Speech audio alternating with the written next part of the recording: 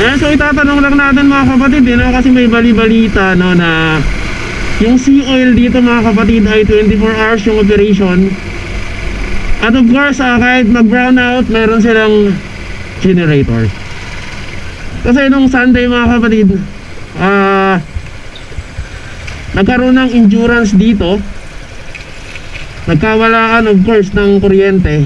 Tapos syempre pag wala kang generator, hindi ka makakapag-operate ng isang gasoline station. So tanong natin.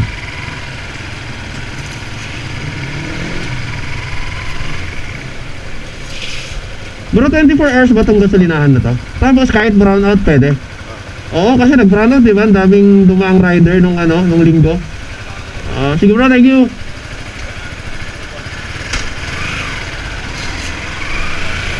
So si Oil Baler, no? Dito sa may Barangay Suklayan, 24 hours operation. Then kahit walang kuryente mga kapatid, no? Makakapag-operate sila. So alam nyo na, puntahan natin yung Ecopetrol. Itanong natin, no, kung meron din silang generator and bukas sila ng 24 hours. Napaka importante to kasi mga kapatid.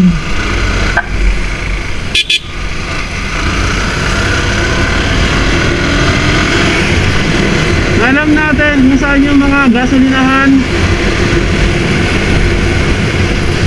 lalo kung gabi.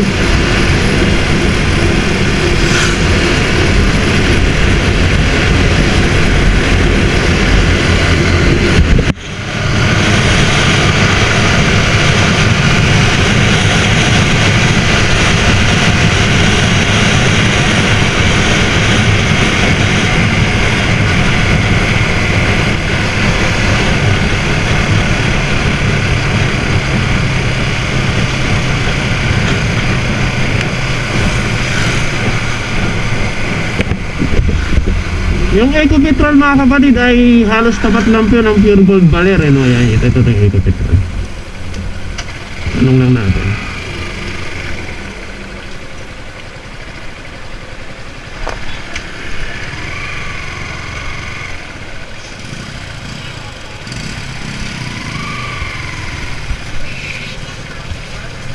Boss, 24 hours ba kayo? Opo, sir. Tapos kahit brown out pwede? Okay. Hanggang wala sir, pagka-brown out tayo, 10 lang. Pag brown out hanggang 10 lang. Pinapapatay namin ito, Di ba kasi may endurance na dumaan dito nung linggo?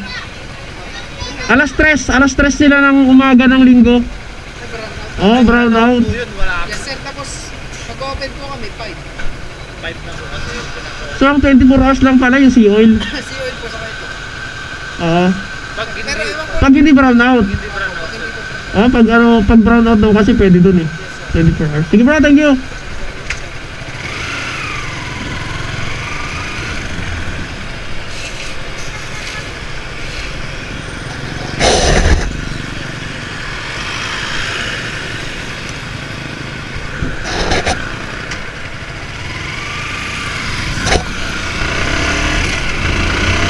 Uwi na tayo.